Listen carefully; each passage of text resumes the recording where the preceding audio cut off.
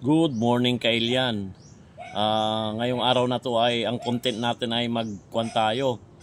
Ginataang tambakol o kay buslugan yan Kailian, no? Fresh na fresh Kailian, ayan. Tapos ang ingredients natin, ito Kailian, ayan, no?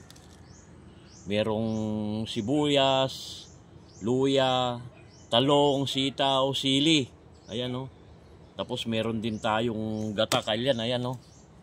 Gata. Tapos meron tayong paminta, asin. At saka itong nagpapasarap Kailian, yan o. Sukang Ilocos. O, start na tayo Kailian. Sa pagluluto. Ito na Kailian, umpisan na natin ang pagluluto Kailian, yan. Ilagay na natin yung ricado Kailian, ayan o. Hindi tinipid sa ricado Kailian para masarap Kailian, ayan o.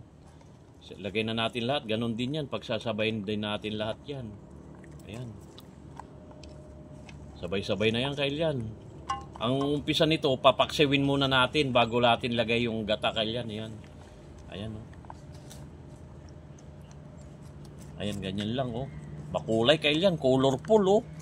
Tapos lagi natin ng sukang Ilocos Kailian. Ayan o. Ayan. Papaksiwin muna natin. Tapos kunting tubig Kailian. Kunting tubig. Ayan. Tapos lagyan natin ng asin. Asin Kailian. Yan. Natin ng asin. Papaksawin muna natin Kailian yan. Ganyan yan lang. Tapos lagyan natin ng paminta. Ping ping ping ping ping ping. Oh, di ba Kailian? Sarap nito Kailian. Kailan pag magluto tayo, nasa puso tayo. Nasa puso.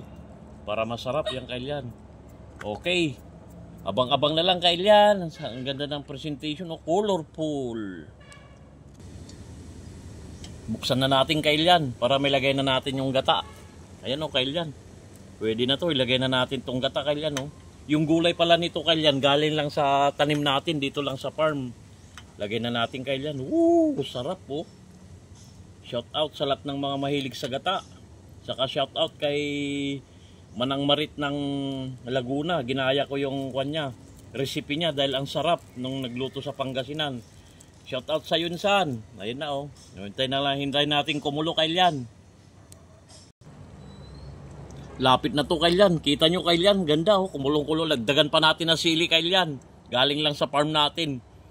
Para lalong masarap Kailian oh. Para may sipa. Yan. Abang-abang na lang Kailian, mamaya-maya kakain na tayo. Yun ang pinakamasarap na porsyon. Pwede na to Kailian, kunti na lang ang sabaw oh. At tayo'y kakain na. Ginataang buslugan o kaya tambakol, press na press Kailian.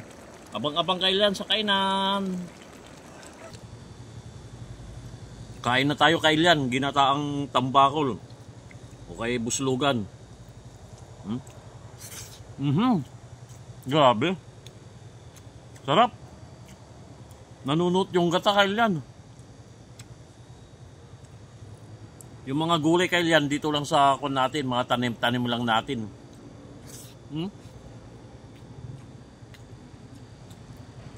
Sitaw.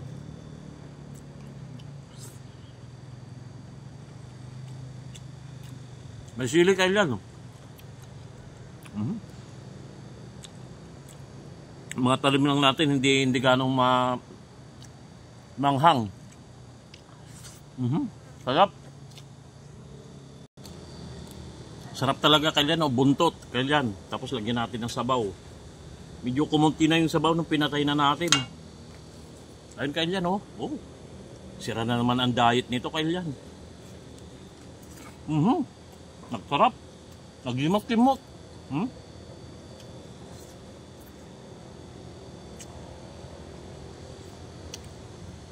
Iba talaga pag sariwa Kailian.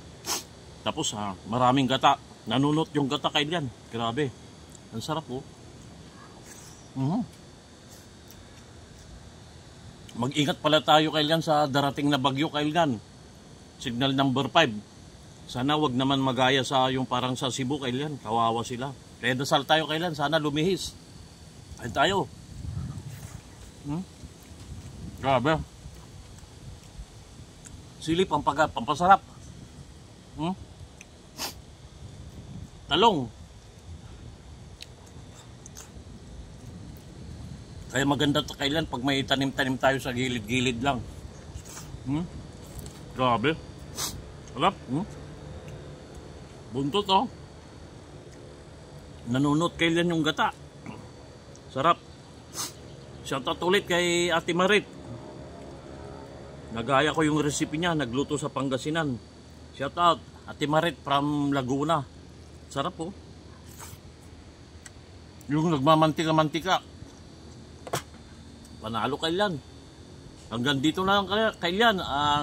Abangan sa susunod na episode natin ulit kailan. Mag-ingat tayo sa darating na bagyo kailan. Salamat sa panonood. I love you all.